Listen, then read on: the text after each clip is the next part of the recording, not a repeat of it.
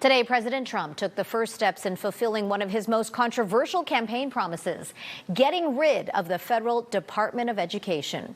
Good evening, and thanks so much for joining us. I'm Marcella Lee. I'm Carlo Cicchetto. CBS 8's Richard Allen is here with more on the impacts this could have on students here in San Diego, as well as whether this executive order is actually legal. Richard? And Carlo and Marcella, while the president does not have the authority to eliminate a federal agency on his own, the order he signed today is designed to set the wheels in motion. It's an order that's generated confusion and questions about the effect this could have on our local schools.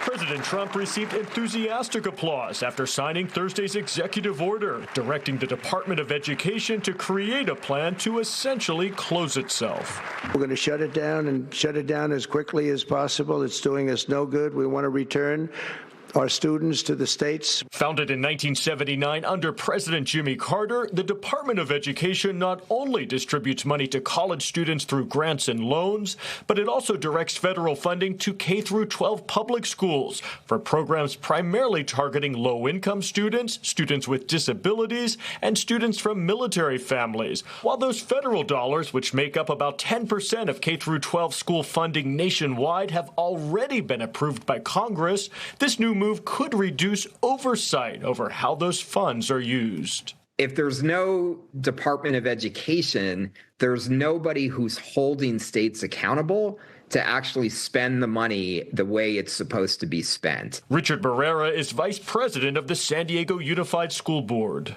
Nobody should panic. We should keep moving forward with what we need to do to support our students. Our biggest concern is there going to be a disruption in services to our students, especially knowing now there's just nobody on the other end working on this. Kendra Britt is with the California County Superintendent. She says that while the president's executive order today is not a surprise, its long-term impacts are still unclear. The programs that are going to get hit the hardest hurt the most vulnerable students. And that just doesn't feel right. Already, protests locally and around the country have formed in response to these cuts. Our district is going to be fighting back. The state government is going to be fighting back. We're going to be doing that in coalitions with districts and states across the country, and we will win.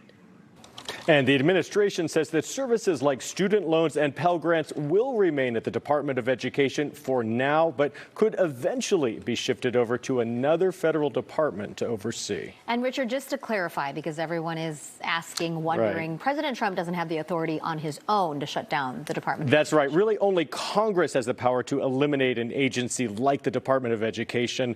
So it would be up to Congress to vote on it. And right now, it's not clear whether or not he would have the votes in Congress to get that done, even with all of his Republican support. With the programs you're discussing, has the president indicated whether he plans to cut federal funding to those programs? Not just the department, the programs. Well, right now, these funds have been approved by Congress, so he doesn't really have the power to cut them right now. So Pell Grants will be preserved, funding for low-income students, also for students with disabilities. That is going to be saved. At least that's what the administration is saying, but they might be distributed through a different agency. And I think a lot of the concern is the oversight for these funds when they're given to the states. Who's going to monitor that these funds are used properly? Right. A lot of unanswered questions. Yeah, we'll have to see. Richard. Thank you.